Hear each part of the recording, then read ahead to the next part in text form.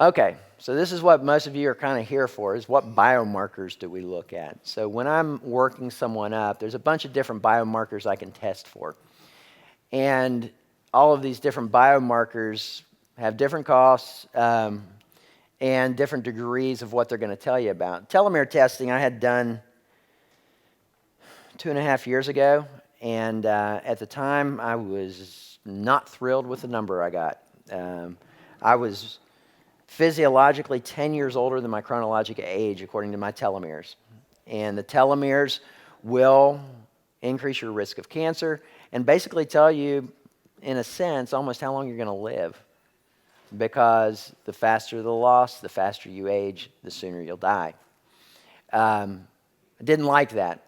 But at the time, there wasn't a whole lot you could do. Now there's some things that I do that has made a big difference. I'm down to being physiologically 1.5 years over my chronologic age as of last November, which to me, that's an age reversal, pretty substantial age reversal. So I'm thrilled with it. Now, there's a bunch of labs that do these. Life Length is out of Spain, probably the most expensive one, but really they have a huge database, so they can give you a lot of relevance to it. They also measure median and shortest telomeres in your immune cells. Why are shortest important? Well, if you're in a room full of dynamite, do you want to know the average length of the fuse or the shortest length? Okay? I like understanding what the shortest component is because that is truly cancer risks and disease risks. Repeat Diagnostics is out of Canada. They have a nice system. They look at mean instead of median. LifeLength looks at median, and these two look at mean. I like the median, the 50% above and below. Repeat Diagnostics also adds some immune system stuff that I'm going to talk about next, which is really nice.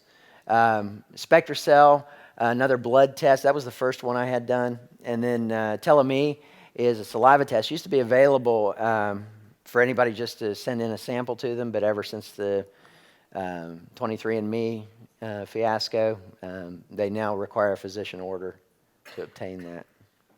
But you're talking about around $900, around $400 just for the average length for this one, about the same for that one, and about $300 for the TeleMe. But in the immune system, this one's really cool. We just started using this. This is out of UCLA Pathology and Immunology Laboratory. When I submit to them, I have to submit it under a anonymous name because it's only used for research purposes right now, but it's awesome stuff. This stuff will really tell you if you're making a change in your lifestyle, whether it's working, and it'll tell you within 3 months if it's anti-aging for you or not. We look at natural killer cells, and you want to have the natural killers kind of come down because it tells us the immune system's not stressed anymore. People with leaky gut have really high natural killer cell activity. You correct that, that should come down. B cells, typically the CD19 B cells, you're not going to see much change with age, so you just want to make sure that's in the average range. But the T cells are what's important here. You're looking at the CD4 and CD8, which is T helper, T suppressor.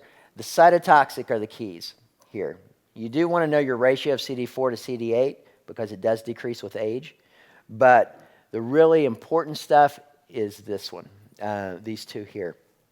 CD8 plus, CD28 minus on the total cytotoxic or on the total T cells. When you have a 28 minus, you know it's less capable of killing. That is an aged cell. Okay, so you want to see that actually decrease over time. CD8 gated will tell you just specifically on the cytotoxic T cells. Now this one, CD95 negatives are naive T cells, which means they have not been exposed to something, but they're waiting. They're these guys that are waiting there looking for something abnormal, foreign cells, bacteria, those kind of things. So they're actually sitting waiting, and you want to have a high number of the naive T cells, cytotoxic Ts. What other things can we look at? Oxidative stress. Oxidative stress is another common cause of aging. In this situation, we look at glutathione, cysteine, total antioxidant capacity, superoxide dismutase, and glutathione peroxidase. This is a great lab that is offered by Genova. Genova Labs is about 3 blocks from our office in Asheville, North Carolina, but Genova is one of the top functional labs in the country. This is a great test to understand what your level of oxidative stress is in the body. And of course, the lower, the better. The less likely you're going to suffer the ravages of aging as time goes on. And again, you know, I'm not talking about actually regenerative medicine yet. I'm talking about getting you guys to live long enough to take advantage of these technologies when they come. I mean, we're on the cusp. We're the cusp generation coming up on this. Other things that I look at, hemoglobin A1C, I want to have that less than 5.3%. Fructosamine. These two are looking at glycation levels in the body. And fructosamine less than 225 is ideal. It's looking at how much glycation is occurring on albumin.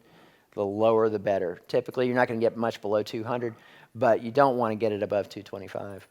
When I'm looking at this too, I need to see it in the face of insulin. Insulin is like the RPMs of the glycation machine, and you want that really, really low. Most of my patients stay less than 2 on insulin. Most people are pretty comfortable less than 5, but again, it's simple carbohydrate ingestion that you're dealing with. Small dense LDLs, I like those less than 200, and the high sensitivity C-reactive protein less than 0.5, ideally 0.1.